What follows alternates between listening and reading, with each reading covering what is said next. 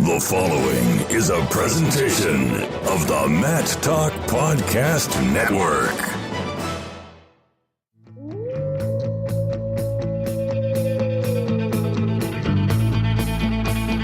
The mind of Pat Popolizio is a wondrous thing. And for you Pac wrestling fans, you'll get to go inside the mind of the Skip each and every episode here on the Pac Mentality Pop-Ins podcast. Now, here's your host, NC State Director of Athletics Digital Communications, Brian Reinhardt.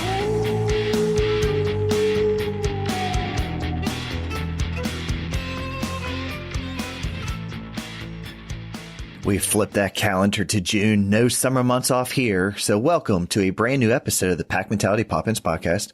I'm your host, NC State Director of Athletics Digital Communications, Brian Reinhardt, and I'm joined for the second straight summer episode of his own podcast by the head coach of the Wolfpack, Pat Popolizio. Afternoon, Brian. It's good to see you here in Raleigh. Figured you'd be gone for a month or two. No, back here, back working. I came armed with notes, no flat. I know, I see that. Very organized. I know. I feel good. We got a lot to cover. It looks like it. What do you got, 3 pages there?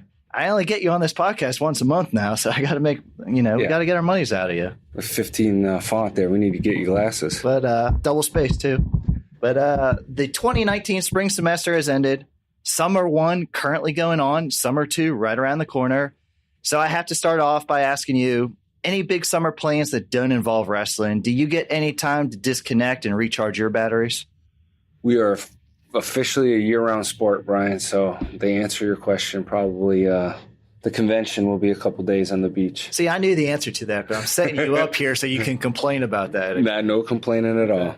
Yeah, I'll figure it out. August, I think, will be take a week, regroup. Like Booth said in his meeting, you got to take a couple weeks, regroup. Well, that's I'm going to go with that model. Where do you think I got recharged the batteries? Yeah, he had a good point.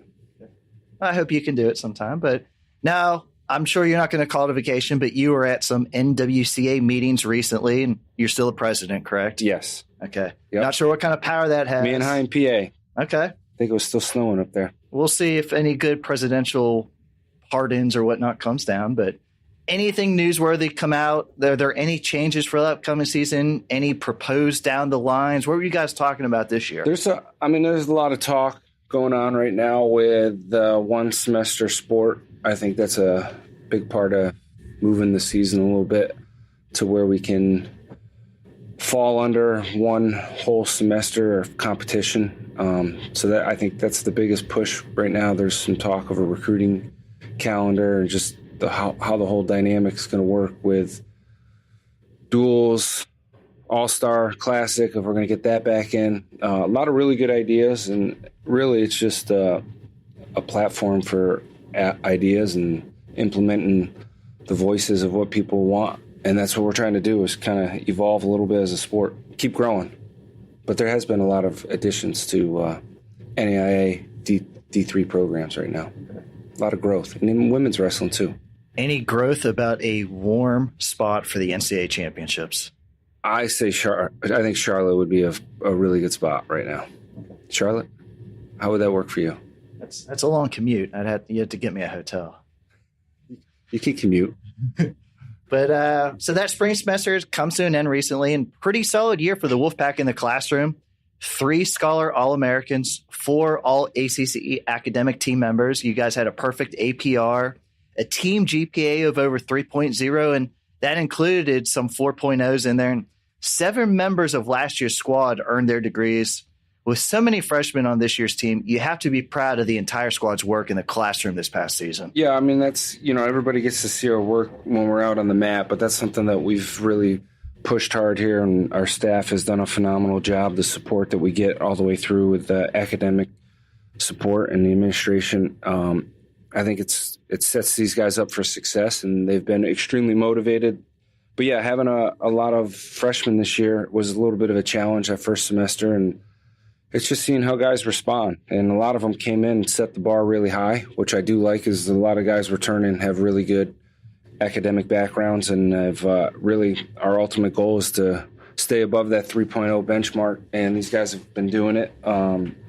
We still haven't cracked the top 25 academically, but that I think is in play for next year with what we have with our guys. Looking forward to a couple of those guys that have a 4.0. You mentioned it. and there are probably guys that are winning on the map as well. Now, we're taping this podcast in very early June. What does this month look like for the guys that are going to be members of your team the upcoming season? So right now we're on a cycle of training. This week is off, actually. A lot of them were training all the way up from the trials. A lot of them were helping other guys get ready. So it was a team effort to just get everybody on a cycle of training where if someone's competing, the whole team's here behind them. We've been able to accomplish that. Nick's getting ready to go up to Final X. So this was a week. Guys are home regrouping, and we'll come back. Incoming freshmen will be here in a couple weeks as well. So this is a really good time to focus on summer school because the majority of our guys are in summer school. And then as well to get some off-season workouts and a lot of lifting and some technical things that we're trying to get better at. And you just mentioned it, couple of weeks, freshman move-in day is going to happen later in June. And we know you're not a fan of putting in manual labor and moving boxes yourself, but you're crazy. I just cut my lawn yesterday. Yeah, you'll do your stuff, but you're not going to help these. What did you see all the boxes I just brought in, the new bikes? Okay. Yeah, thank you. Back to my question. How exciting is it every summer you get a new crop of freshmen, you get to integrate them into your squad, and you get to do it without classes going on, without real structure. You guys have them get what you need done. I think it's a great thing for these guys to come in. It gives them, basically 6 weeks to get their feet on the ground here and know who's who and what's what. They can go around campus, figure out where all the buildings are and how to commute with the bus line and different things like that. And more than anything, they get to hang out with the guys on the team, understand the culture that we're trying to keep in place here and keep tweaking some things. And these guys are a huge part of that. And they bring new energy. You get to this time of year, it's great to have new energy, and that's what these guys will do. We got a really good group of freshmen coming in, and I'm sure some of the returners are looking forward to some new guys in the room to train with. And from my count, it looks like 9 new freshmen, and you're mixed in last year's recruiting class, 14 newcomers last fall. And this is going to be an awfully young team. Are the summer workouts the time where new leaders need to step up and other members of your squad find their voice? Yeah, and we're seeing that now because you've taken away guys maybe were here in the program for 5 years aren't in our room anymore. So it's a weird transition. You're used to going in there and you see guys like Sean Fawes in there all the time, and now he's obviously not in the room. He was up until a little while ago, but it's just different when you have those guys that have been around and kind of know how things work. And then you got new guys, when we're in workouts and new guys are saying some things, pushing some other guys, I think that's critical. And, any freshman that comes in, I think at first it could be a little overwhelming, and we're going to see that. And then they'll get their kind of feet on the ground here, and you're going to see guys right away want to step up and be leaders. So, yeah, it'll be a good time for all that to come and play. One voice we still hear quite often, mostly on social media, 2-time Wolfpack National Champion Nick Gwizdowski. He's going to be back in action this weekend at Final X, vying for a spot on the U.S. World Team once again. Now, Nick was in action back in April, taking home top honors at the Pan American Championships with 4 tech falls and outscoring his foes 41-1 and winning the gold down there. How has Nick's training been leading up to Final X this year? He's looked sharp. Him and Obi are in there every day. He's got some of the best training partners in the world right here. And these guys have all been pushing him. So, yeah, he's looked really good. His conditioning obviously has jumped up this time. He's in a great training phase, and looking forward to this matchup he's got coming up. But I know those guys have put a lot of time and energy into keeping things rolling and being at his best. And I like it because it's been a team effort. Nick's obviously doing the body of work himself, but he's being pushed with the guys that are right here in this room training, and Obi's done a phenomenal job, and Donnie and Adam as well have been jumping right in there. Foot race, Popolizio, Gwizdowski. Who has it, the 100 meters? Oh, come on. You've seen Gwiz when he's running. He hates running. I'll take that all day long. Well, as long as we don't have to have physical contact, no problem. Okay. I'll take that challenge. I was going to give him the 100 meters. I was going to give you the mile. I definitely You're more the distance guy. I'm a little more distance guy. Okay. But I don't know. Nick, yeah, he's actually pretty fast when it comes to that. I know he hates running, so I know that's one of his weaknesses is getting him out of that track. He probably still hates me from preseason, but it's all good. Now, Final X, it's a best-of-3 championship series, and Nick will be up at Rutgers Saturday, June 8th, to face Minnesota's Gable Steveson, who won the World Team Trials here in Raleigh, getting the best of Adam Kuhn. And it's a bit different situation for Nick. Since he graduated from NC State, he's sort of been that younger guy trying to knock off some veteran U.S. wrestlers at 125 kilos. But here, you have Steveson. He's one of the top recruits. He finished third at NCAAs. He was a true freshman last year. How has Nick approached this year's Final X in those regards to now the younger guys are coming after his spot? Yeah, he's a smart guy, and he's done a lot of things to better himself as an athlete. And the mental side of it, obviously the technical side, he continues to work. But I think the biggest growth that I've seen him is becoming a professional. And, he puts this and knows it is a job, and he's worked extremely hard. He's matured a ton, and he's a guy that can analyze the situation, and he knows, that definitely as time goes on, your role switches a little bit, and he has that experience. He's got to use that to his advantage, and no doubt about it, he's got a good, young, talented kid, which I think is good for him. It's obviously gonna make him better, and you want that. His goal is to win a world title, so this is part of the process for him. I briefly mentioned those World Team Trials, which of course were in Raleigh a few weeks back, and I'm very biased, but I heard a lot of opinions. Really seemed like it was a successful event hosted by NC State. I think you logged a few hours inside that gym, saw you in the hospitality area a few times. But what was the feedback you got from NC State hosting the World Team Trials? It was good. I think it was a good change of scenery for our sport. We've been historically going to a lot of the same places, so to bring it down here I thought was good for wrestling. And I think our whole support staff did a phenomenal job hosting a very good event, and obviously we're very appreciative to everybody involved with USA Wrestling and allowing us this opportunity. So that part was big. But yeah, I'm glad you got your food in the hospitality room. I saw you up there at least 7 out of the 8 hours. That's where you're doing your work from. So that was good. Have to keep hydrated. Yep. So no, it was good. And, it was a little more obviously relaxed setting than probably a college dual meet or tournament for us college coaches. It's, you got a couple guys competing there. It's not, those guys are mature and they can kind of take care of themselves in a lot of ways. So it's not as hands-on for coaching. And it was nice to have our guys right in their home gym competing. Got probably some guys that you never thought you'd see wrestle in Reynolds again. So it was good. I was going to say, Tommy Gant got to wrestle back here. He didn't wrestle when it was renovated. Yep. I think he was really surprised. And He really enjoyed himself. Great arena for wrestling, and it was perfect setup for the mats. And I think people that were watching, obviously, there wasn't a bad seat in this arena. I would say I would like to see everything up on a stage. I agree. We could push for that next year. We got to you got to get that donation. I was going to say, you're a good fundraiser. Or sponsorship.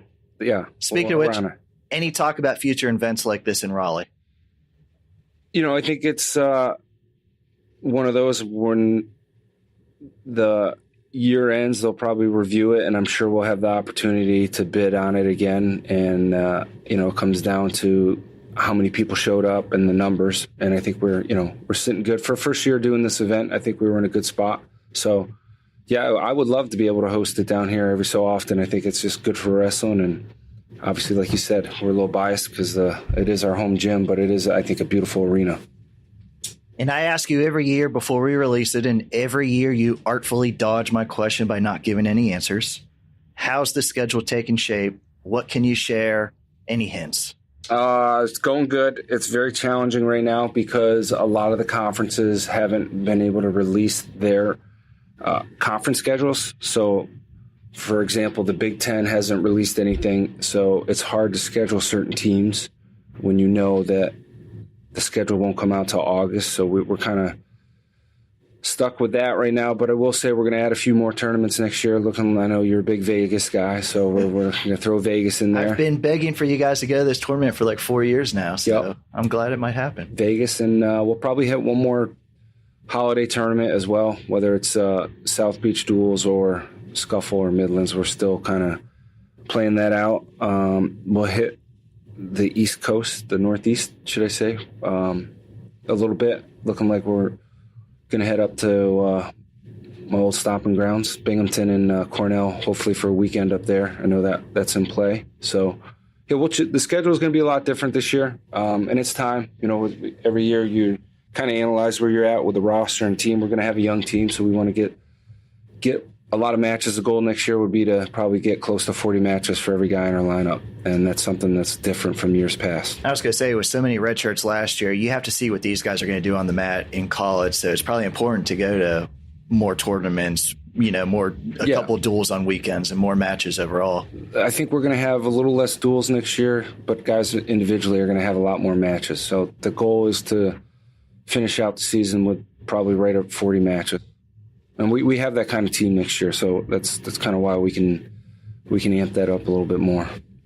Gonna get you out here on this. You had two members of the current team in the junior world team trials. Jarrett Trombley placed third. Trent Hidlay won his weight class, and he's now advanced to represent the U.S. at the junior world championships in August. And big get for the podcast. Trent Hidlay is going to be the guest.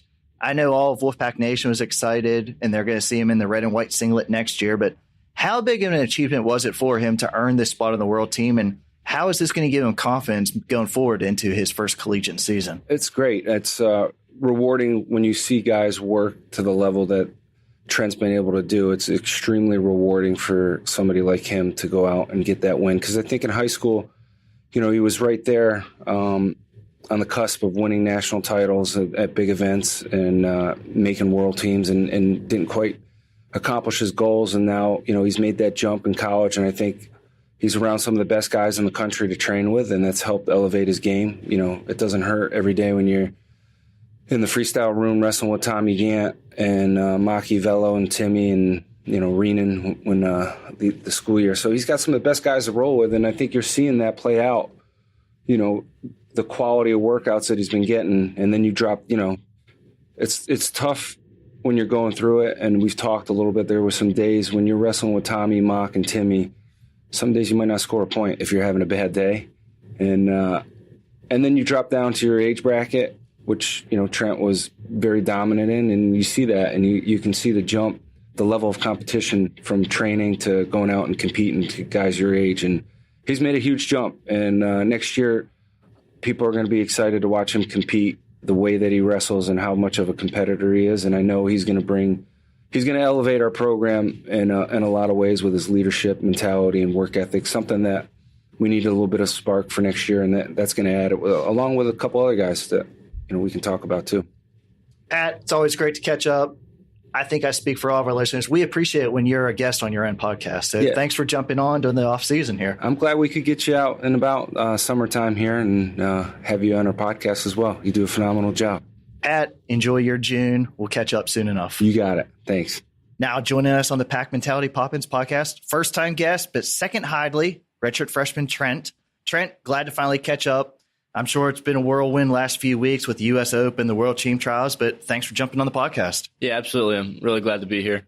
Hayden told me how to pronounce your last name. How do you pronounce it? It's Hidlay. Okay, and I think one of the kind of joke I tell people is that we kind of have two names, and like the Mifflin County hometown we're Hidlay, and the wrestling community we're Hidlay or what whatever people pronounce is kind of funny. I was gonna say, please make fun of national media for mispronouncing your names every time, but it is Hidlay. So lots to dive into this episode. We're going to talk some NC State wrestling, some European geography, and finally getting you were able to wrestle in Reynolds Coliseum just recently. But right off the bat, first time on the podcast, question everybody wants answered on Twitter, your Hoagie boy, Hidlay. I'm sure a lot of fans saw the Hoagie celebration back when you were in high school, but take us back. How did you adapt the Hoagie boy nickname? I think going back to, I'd say it was my sophomore into junior year. I think Hayden and I on the weekends, we'd go to our sub shop in downtown Lewistown called the Southside Hoagie Shop. And, we were always big fans, and just kind of turned into like a weekly event that, I don't know, we just started messing around with, and people liked it. So we developed the Hoagie Club on the weekends, and it got a little strange, but we kept on it. And then who's number one? I figured if I won, I might as well do something fun. So I had my buddy Jarrett Lane, who actually wrestles at Lehigh now, throw me the Hoagie, and I took a bite, and it was a hit. So I kind of grew from there. But at who's number one, what kind of Hoagie was it? It was Firehouse Subs. I think it was actually like a roast beef, which isn't my go-to. I usually am a turkey and cheese guy, but we the Flow Wrestling guys got us hoagies for lunch that day, and I asked if I could take an extra one, and they obviously let me. So, but it was a roast beef one. But yeah, like I said, I've actually gotten this question a few times on my Twitter direct messages, or what's your go-to hoagie? It's dive into it. It's turkey and cheese, preferably pepper jack, always lettuce, tomato, maybe onion, some mayo and oil, and make sure the bread's good. But you're killing me. That was going to be my question. I saw you and Hayden did a top 5 when you guys were driving up recently from Memorial Day. I hope you were driving. Is that? Or yeah. Okay. We always made sure the passenger was because so on Hayden's Twitter, you guys did top 5, but I did not see your top 5 hoagies of all time. That was one that we threw around there. We were going to do it, but we ran out of ideas and we started running with other stuff. Now, was it a snake draft or was it a schoolyard pick? It was a snake. It was a snake draft. Well, we're going to do it right now. Okay. Okay. I know you're the guest on the podcast, but I have to get first pick. Italian. I'm going straight Italian hoagie. Okay. Number 1 overall draft pick. Yeah, I think Italian's a good bet. I guess second, I would just go with turkey and cheese. Okay. What's your third? You get the third and the snake. Give me just kind of. I'll go hot for this one. I'll go cheesesteak. Now, aren't all hoagies hot? No. I think. I disagree with that. Okay. I mean, there's lots of controversy. I think you can debate on what are hoagies. I put hot and cold under hoagies. Okay. But I can see where there can definitely be some differing opinions with the hot and cold. But I'll go cheesesteak. Cheesesteak. Okay. So my next pick, got to go chicken parm. Okay. Right after that, hot sausage. I can only do 3. That's about my 3. They're all good. So, you said you're from Lewistown. That's about in the middle of Pennsylvania. I'm from Pittsburgh. I was a little disappointed when I moved down here about the hoagie selection in Raleigh. Yeah. So you're agreeing with me. Yeah. I have found some good spots. So I think a Subconscious is a place that I've gone to, and I think it's pretty good. Not the best hoagies in the world, but they'll do. And Jersey Mike's is a good chain. Okay. Jimmy John's. I was going to say any non. It seemed back up north there were a lot of non-chains. Yeah, definitely a lot more non-chains in Northeast. Okay. Of the United States, but I think Subconscious is the one place that isn't a change that people probably don't know, but it's pretty good. I like going there. I think they have good bread, and I've always been satisfied when I've gone there. And I'll let you get some plugs in. Hopefully, these places they can be future sponsors. What are some of your go-to places back home? Like I said earlier, the Southside Hoagie Shop. Shout out to them. We always go there. We love it there. Whitehall Hoagies is a hometown favorite. I mean, there's so many other places. Lewistown is really good for hoagies, that's for sure. Growing up, hoagie, did you have to get a slice of pizza with the hoagie, or are you straight hoagie? Yeah, I can eat pizza with it. Sometimes if they're big enough, I'll just stick with that, but or maybe I'll go half a hoagie and a slice of pizza or something like that. But yeah, I can switch it up. I'm not a picky eater, so whatever you put in front of me, I'll probably eat it. I was going to say, we talked a lot about hoagies. Great segue here. Speaking of being hungry, you moved up weight classes during your redshirt season. Started at 174, but the final 2 were at 184. What went into that decision? Yeah, I think I sat down with the coaches and Pat and, just came to the idea that we're going to move up in weight a little bit to finish out the year and meet with the strength coach, Sam Craven. He's been really good for me and helped me a lot with, moving up weight classes, and also the nutritionist.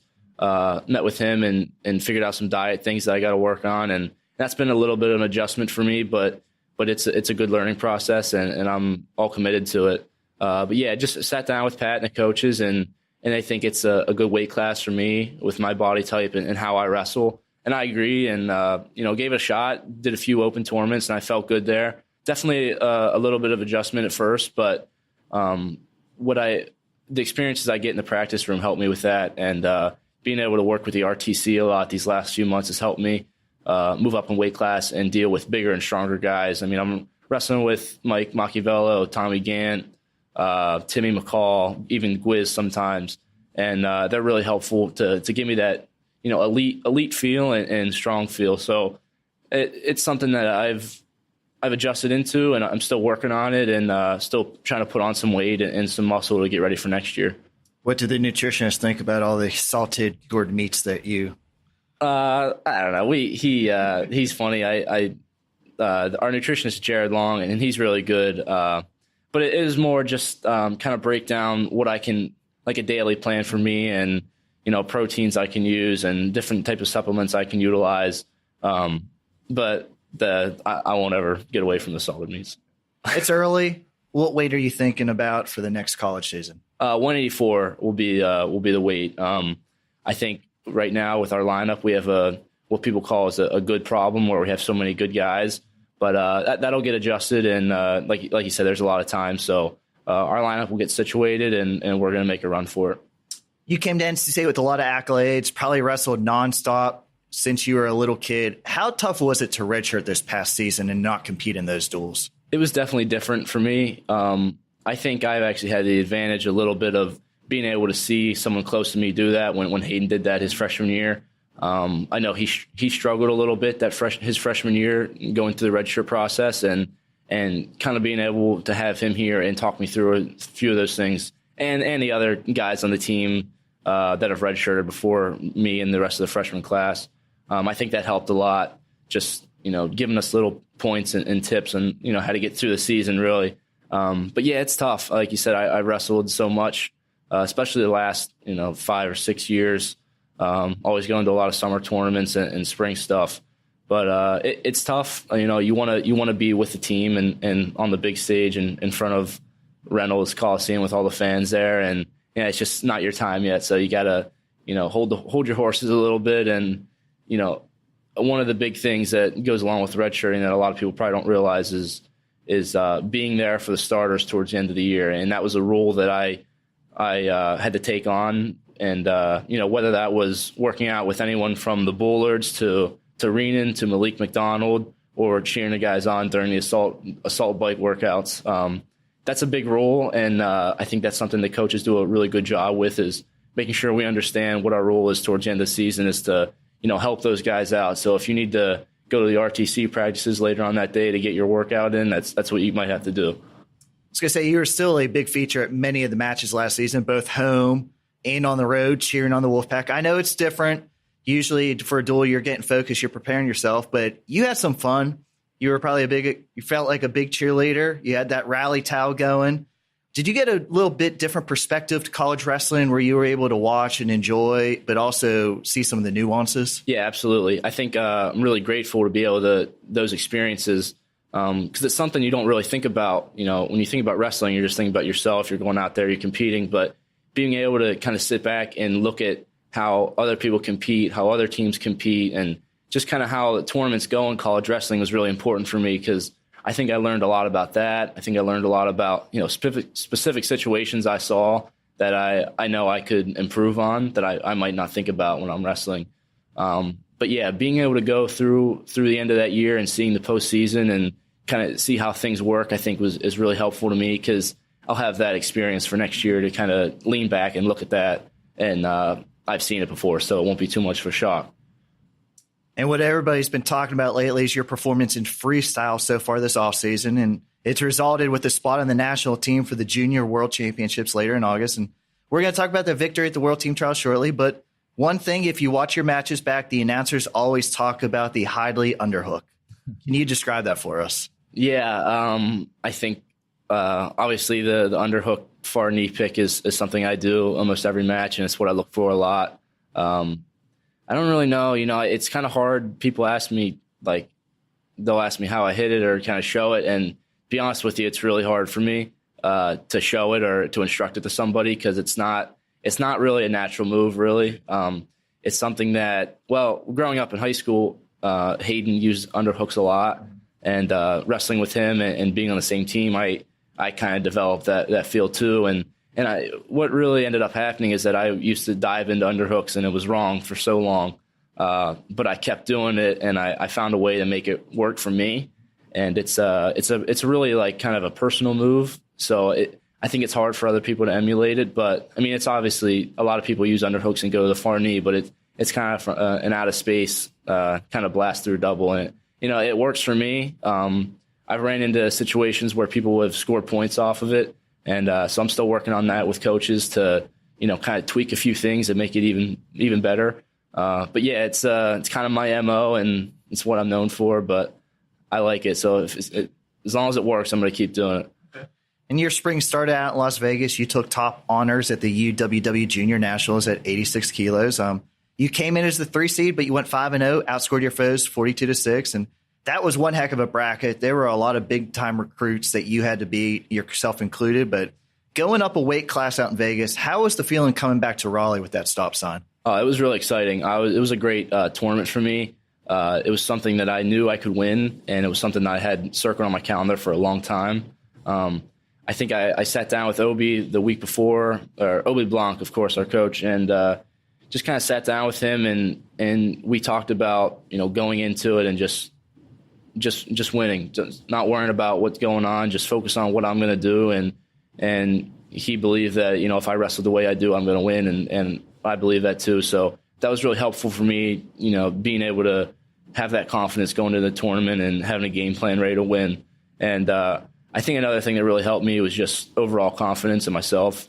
I met with sports psych a few times before that, and I think there's kind of a, you know, I don't think a lot of people know really what sports psych is, or they have different opinions on it, but I know personally it's helped me a lot, just dealing with, you know, personal, you know, confidence or competing to the best of my ability.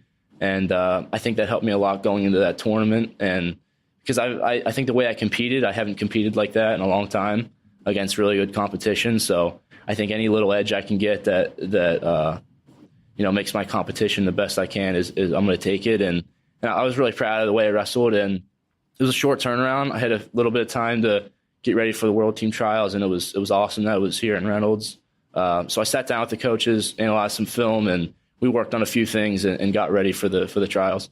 I know we're talking about freestyle, but jump off one thing. You've already mentioned strength and conditioning, sports psych, sports nutrition, academic people here are a big help to you. Did you know going through the college process that all this stuff was available to you as an athlete? And how much has it helped you in your first year here? Yeah, I think I'm really blessed, or we're really blessed here on the NC State team with all these you know, different coaches and different assets that we can utilize. And you know, it's always, whenever you're being recruited, those things are pitched to you, but you don't really get the feel of it until you're on the team, you're in the season, and you know, you might need to go see the sports psychologist or the nutritionist, and having those available to us is really special to me. A few of our coaches, Adam Hall, Obi, all these guys have said to us many times to, you know, use these things, because they wish back in college they had what we did. So that really spoke out to me, and I take advantage of all the things we have here available to us, and I think that's really helped me this year grow and learn just about, you know, different things in the sport, and, you know, find those little mental edges or physical edges that will, you know, help me win. So with that win in Vegas, that advanced you past the challenge tournament at the World Team Trials, and here in Raleigh, you sat in the best 2 or 3 finals. You faced a familiar foe, Virginia's Victor Marcelli. You two are probably going to be seeing a lot of each other over these next 4 years, but both matches you came out on top, 12-7, then 11-4, but I don't know, it might be a touchy subject. He hit a couple 4-point moves both right off the bat against you. How do you, long matches, but how do you stay focused? How did you regroup knowing that you had a game plan, but he put up 4s on you really early both times? Yeah, I definitely faced some adversity early in those matches, and I think I let the nerves get to me a little bit. You know, competing in Reynolds for the first time was really exciting, and having the crowd behind me cheering, I definitely got really excited, and maybe a little bit too excited, but I think settling in and responding to that adversity is something that I have improved on a lot since I've been here. I think in high school I got easily flustered, and a lot of the matches I would lose is because I would, you know, give up points early and try to do too much and put myself in a hole. But I think going through the situations that we do in the practice room and everything the coaches exposed us to, I'm confident that I was really ready for anything that I was going to see. And, you know, if you ever come in and watch practice, I give up a lot of points, and being able to respond to those situations and giving up points early is something I've improved a lot on. And you know, when it happened in the match, I just took a deep breath and just kept doing what I do best, and I clawed my way back, and, you know, I started hitting my stuff and hit a groove, and I just kept it going. Pat actually mentioned that early in the podcast. He says when you're in there, Wolfpack Wrestling Club, you got Tommy Gant, you got Mock, you got Timmy McCall. He said some days, honestly, Trent's not scoring that much. Yeah. I know you want to go in, you want to win everything, but does that help you sometimes when you have these kind of training partners that they're going to be scoring on you? They might be better than you than that day to face that adversity. Yeah, absolutely. I think I owe a lot to those guys because I know, I go through all these practices. I get beat up a lot, but I know that when I step on the mat against the guys I'm going to be wrestling, that there's nothing I haven't seen before that I'll see. And I won't wrestle anybody better than those guys, really. So I know I'm prepared, and I scrap. I mean, a lot of people don't see it. People don't see the practices where, I might lose 2 matches in a day. People don't see me not getting any points. But I know those situations and those practices are what make me better. So it's a learning curve, but at the same time, the guys are supportive enough to pick me up when I need it and help me out when I need it. So they've been really big for me, and just being prepared and confident going to my matches has helped me out a lot. And at those World Team Trials, you won both your matches. You have made your first World Team. What was that feeling afterwards? It was awesome. I said it. They interviewed me after, and making a World Team was something that I've always wanted to do. I've always kind of been in the tournaments. I remember the one year at Cadets, I had a pretty good tournament. I got 3rd, but just never really been able to put it together. And to be the number 1 guy at that spot is really special to me. And it's just a lot of hard work that's been put into it. So it's good to see it pay off. And to be able to do it in Reynolds was super special because I know I had a really big fan base there, and it was awesome to, when the time went out to look up and see everybody cheering, that was awesome. And with the World Team Trials win, you earned your spot on the U.S. national team for the 2019 Junior World Championships. They're going to take place in mid-August in Estonia. Now, you had a perfect 4.0 this past school year, so we're going to put it to the test. Did you know where Estonia was before you had to look it up on a map? I knew it was in Europe. I didn't know the geographical location of it. I did a little bit of research on it. It's like Estonia is a pretty small country in the northeast area of Europe, and it's right on the border of the Baltic Sea. So I'm really excited to go there. I know there will probably be some great sites, and it'll be a great place to visit. So I might have to do a little bit more research on their history, but definitely will be a cool place. Hayden was here. He went overseas last year. You didn't go with him, I assume. Have you been to Europe, or is this your first time? No, this will actually be my first time ever leaving the country. So that'll definitely be a new experience for me, but I'm sure I'll be ready for it. I hope you get your passport pretty quick. Yeah, no, I have a passport. Okay. I have a passport. But that tournament, it falls before the start of the season. Your brother Hayden had to miss a couple of weeks last season at the U23s, but how exciting is it for you to know that this summer you're training for the World Championships? It's almost surreal, honestly, to think about me going overseas and competing to be the best in the world is like I said, something I've always wanted to do. But now that I have the opportunity to do it, it's almost like a little bit of shock. But I know I'm going to be prepared for it. I have a lot of trust in OB and the RTC guys and the coaching staff. They're gonna have a plan for me, and I'm going to be ready for it. I think going into this tournament, anything less than a medal or being a world champion is going to be a failure to me and a disappointment. So, I'm happy that I'm going there, but now the goal is to win the whole thing. And like I said, I trust in the coaches that they're going to have me ready for it. And, having Hayden going through that experience and, it's kind of a tough time coming back and starting a regular season again, not as close to the regular season as the U23s were last year, but I think that'll be a big thing for me is being able to come back and get back into the regular season and being excited for it. So I know they'll have a good plan for me, and just enjoying the summer, enjoying the training I get to have at the OTC in Colorado. That'll be new for me, and just soaking up all the information I need and learning a lot of things that are going to help me win the whole thing. And our fans, they've gotten to see you in freestyle very recently, including Reynolds, but probably not too many have seen you wrestle folk style, which college wrestling is. Can you describe the type of wrestler you are? I guess, what is your style? What can fans expect to see once you hit the mat for NC State? I think what you saw in freestyle it's pretty similar to how I wrestle in folk style. I don't like giving up points. I don't give up a lot of points. I like scoring early, like controlling the center of the mat, and I live for the big moments too. The bigger the matches, the bigger the competitor, that's the more exciting for me. And I just can't wait for this season to get here. I know we have a lot of good duels coming up, and the tournaments are going to be great. So I'm going to be the new guy in town, but I expect myself to win it, and I expect myself to be a good contributing part of this team, and I think we have a really good team coming back. So there's going to be a lot of expected out of me, and I'm ready for that. I think pressure is something that I do really well with, and like I said, I'm really excited for it, and how I wrestle freestyle is a lot how I wrestle folk style. So yeah.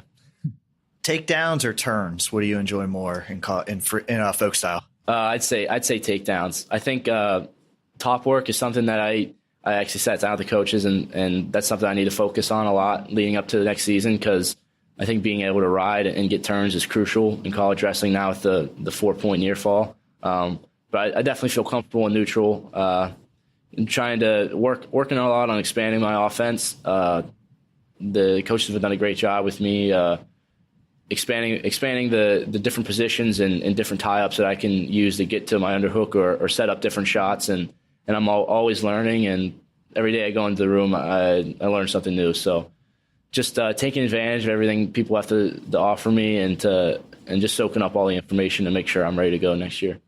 And lastly, we're going to touch on academics, so more very impressive stats. You finished your high school with a perfect 4.0 GPA and came right into NC State and maintained that level. You had a 4.0 as a freshman this whole year. How important are academics to yourself? And looking ahead a little bit, what type of field of study do you see yourself pursuing?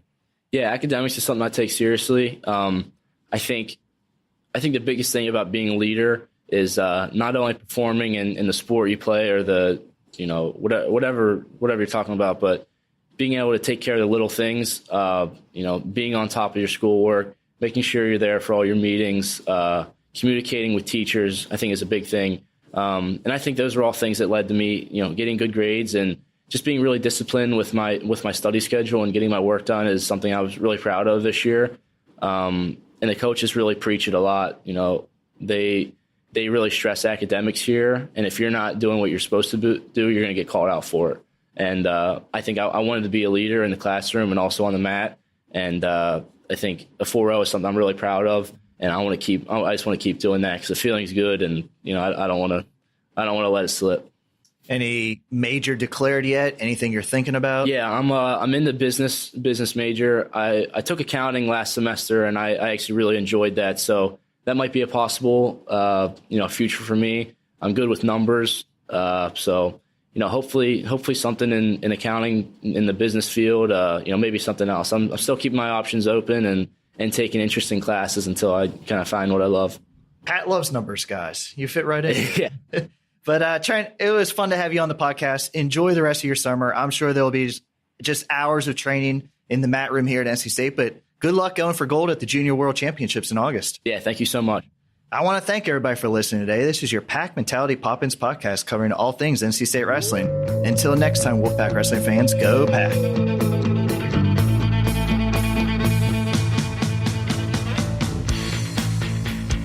Mentality Pop-Ins podcast is produced by the Mat Talk Podcast Network. For more wrestling podcasts, go to mattalk